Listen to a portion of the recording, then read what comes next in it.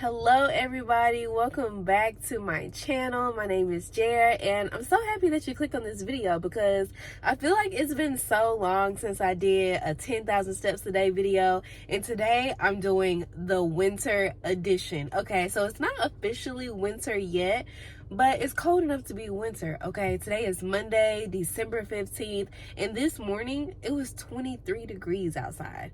Okay, so it was freezing outside this morning, and I was planning to do this video not even realizing how cold it would be today, but I was like, I'm gonna stick to the script. I'm gonna show the people how they can still be active during the winter time. So we're about to take a quick walk, and I do mean a quick walk, at my new favorite park, as I just share some things that I've learned on my fitness journey of how to stay active and still get your steps in when it's cold outside and you really don't want to be outside. Okay, I'm a summer girly. I love summertime. Summer is my favorite season. My birthday is in summer, and I'm not really into winter like that. I don't like being cold. When it's really cold outside, I don't want to go outside. I'm gonna get out the car now and we're gonna go on our walk today, y'all. All right, y'all, so we are out on our walk. I apologize in advance because I left my selfie stick in the car, so this video might be just a little bit wobbly, but please bear with me because I promise the content is worth it.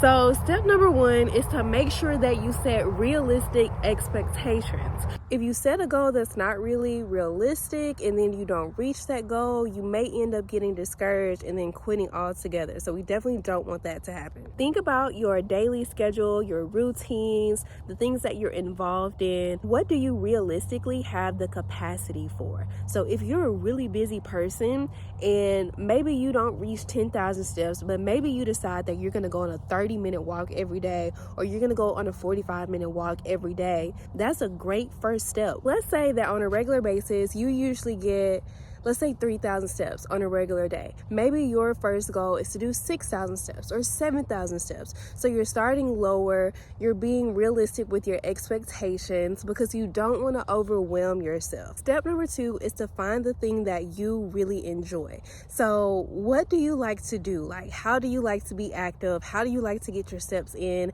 As you know, I love to walk, so I love going on walks. I also love to dance, and I've shared this on my channel before, but back in 2019, I started going to this hip hop dance class at my gym, and I just love everything about it. Like, I fell in love with it. I love the people there, the friends that I've made. I love the setup of the class because it's wall-to-wall mirrors on all four walls, so you can see yourself dancing at every angle.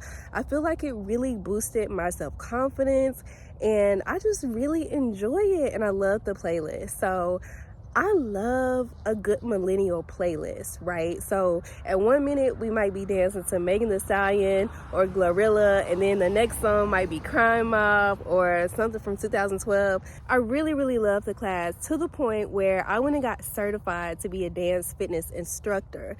So now I have access to a portal where I get to do all of the dance videos. I can do live videos with other people, or I can work at my own pace. I also like step class, so like step fitness, and I'm working on getting my certification for that as well. So hopefully in 2026 you'll hear me talking about hosting like a dance fitness class session or something like that. I just want to do something fun with it because I really, really love dance, and I want to share that passion with other people. If you're someone that really enjoys dance fitness, maybe you find a YouTube video, a YouTube channel where you get to do dance fitness. Maybe if you like doing step, then you can do step fitness at home. I have like the step platform at home, so I do step videos at home. Sometimes I might even make up my own dance routine, just something to get that heart rate moving, have fun with it, because when you're doing something that you enjoy, it doesn't feel like work. It doesn't really feel like a challenge because it's something that you like. If you dread doing it, then you're not going to want to do it. So make sure that you find something that you really enjoy. Something else that's really convenient for the winter time is having a walking pad. I was on my walking pad for about 30 minutes this morning. Then I moved on to do some other things that I'm working on. But a walking pad is so convenient. It's a great investment if you have it. I know that we're in the midst of the holiday season. We're at the end of the year, and getting a walking pad is not in everybody's budget. So if getting a walking pad is not in your budget, there are YouTube videos. Before my husband bought my walking pad, I was watching Grow with Joe on YouTube, and I love her videos because they're great cardio, they're low impact, and they're fun. I really like doing those. So you can look up walking videos on YouTube, and then you can just dance or walk in your living room and have fun with that. Another reason that I find the walking pad really convenient is because I can multitask. So I can be watching one of my shows, I can be grading assignments because I have the desk that goes with the walking pad. I like to read books on my walking pad. Y'all, I will grab a book and get on my walking pad, and guess what? I have read 34 books this year from reading while I'm on my walking pad. Okay, I'm on book number 35. Like, incorporating walking into my regular routine has helped me to be so much more disciplined. I remember when I was growing up, my grandparents would actually go to the mall every single morning. Early in the morning, they would go to the mall and walk around. So when you're out doing your holiday shopping, your Christmas shopping, you can go just walk around the store for a little bit after you get your items. Maybe you go to the mall and you walk around a little bit. You can park your car further in the parking lot so that you're getting extra steps. And then another thing is to take full advantage of your job, especially if you have like an office job or something like that. When I worked at a desk and I was working in an office, I would walk around the office. We were in the basement of the building, so I would go up to the next floor and I would walk 2 laps around that floor, then go up to the next floor and walk 2 laps around that floor. I would walk outside the building if I could. Like, just find some time to walk outside, even if it's only 15 minutes. That's something. That's more than just sitting at your desk. Okay, and what I'm doing right now is I'm walking in the middle of the day when the sun is out, because even though it's cold outside today, I can barely even tell because the sun is out right now. And when you're walking, your body is heating up, and it's not as bad as when you're just sitting still. So the final step is to be consistent. So we want to make sure that we're setting realistic expectations. We want to make sure that we're doing activities that we enjoy so that it doesn't feel overwhelming, but also we want to be consistent. Okay, so I know a really big goal for a lot of people, including myself, is to walk 10,000 steps a day. But I also have to remind myself that it's okay if I don't get 10,000 steps.